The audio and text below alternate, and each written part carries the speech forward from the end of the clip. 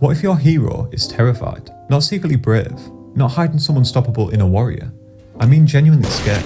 That's the magic of Hughie Campbell from The Boys. He's awkward, he panics constantly, and if you dropped him into more superhero stories, he'd probably quit by episode 2. Yet somehow, Hughie becomes one of the most important heroes in the entire show. So how does The Boys make a coward into someone we root for? Let's break down the cowardly hero formula, using Hughie as the blueprint. The first rule of creating a cowardly hero is to start with powerlessness. Hughie's story begins with one of the most shocking scenes in modern TV. His girlfriend is wiped out by a train. I can't stop, I can't stop, I can't stop, I can't stop, I can't stop. And Hughie, he can't do anything about it. He's just a guy who works at an electronics store. No powers, no combat skills, and no influence. Meanwhile, the world is controlled by powerful superheroes from Vought. Right away, the story tells us something important. Hughie isn't afraid because he's weak. He's afraid because the world around him is terrifying. Compare that to someone like Butcher. Go on, son. Have a bump. Butcher walks into danger with a smile because he thrives on violence, whereas Hughie doesn't. And that contrast makes Hughie feel far more human. Most stories treat cowardice like a weakness the hero has to overcome. Private Cage! You're going the wrong way! You're gonna miss your moment! But The Boys does something smarter.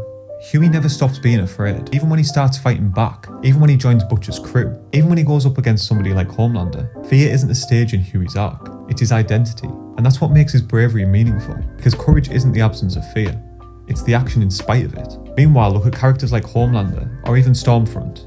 They aren't afraid of anything, and that lack of fear doesn't make them heroic.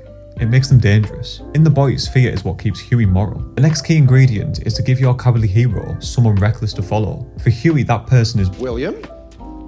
What a surprise! Butcher is everything Hughie isn't. He's ruthless, manipulative, and violent. Where Hughie hesitates, Butcher kicks the door down and goes completely off script. But here's the clever part. Butcher drags Hughie into a war he's completely unprepared for, which forces Hughie into impossible choices. What would you do? Would you follow the man who wants revenge at any cost, or hold on to your humanity? We see the same dynamic with Starlight. She represents the hero Hughie wants to be, kind, moral, and compassionate. So Hughie is constantly pulled between two influences, Butcher's brutality and Starlight's idealism. That tension becomes the core of his character. Traditional heroes save cities, cowardly heroes survive moments. Some of Hughie's bravest scenes aren't fights, they're decisions. For example, standing up to Homelander, even though he knows he could die instantly.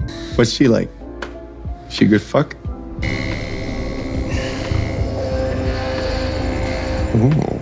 And refusing to become as cruel as Butcher, or protecting Starlight when he knows he's completely outmatched. These moments work because Hughie isn't suddenly confident, he's shaken the entire time. And audiences relate to that, because most of us aren't action heroes, we're just Hughie. By later seasons of The Boys, Hughie starts changing. He experiments with power, he becomes more confident, and at times he even starts acting a little bit like Butcher.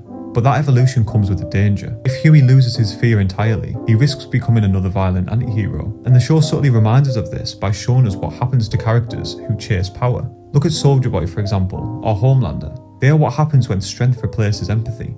Jump. Oh God, oh God. No God. The only man in the sky is me. Hughie's fear keeps him grounded, and it keeps him human. The bravest heroes aren't the ones who feel unstoppable, they're the ones who feel terrified and step forward anyway. And that's why Hughie Campbell might be the most relatable hero in The Boys.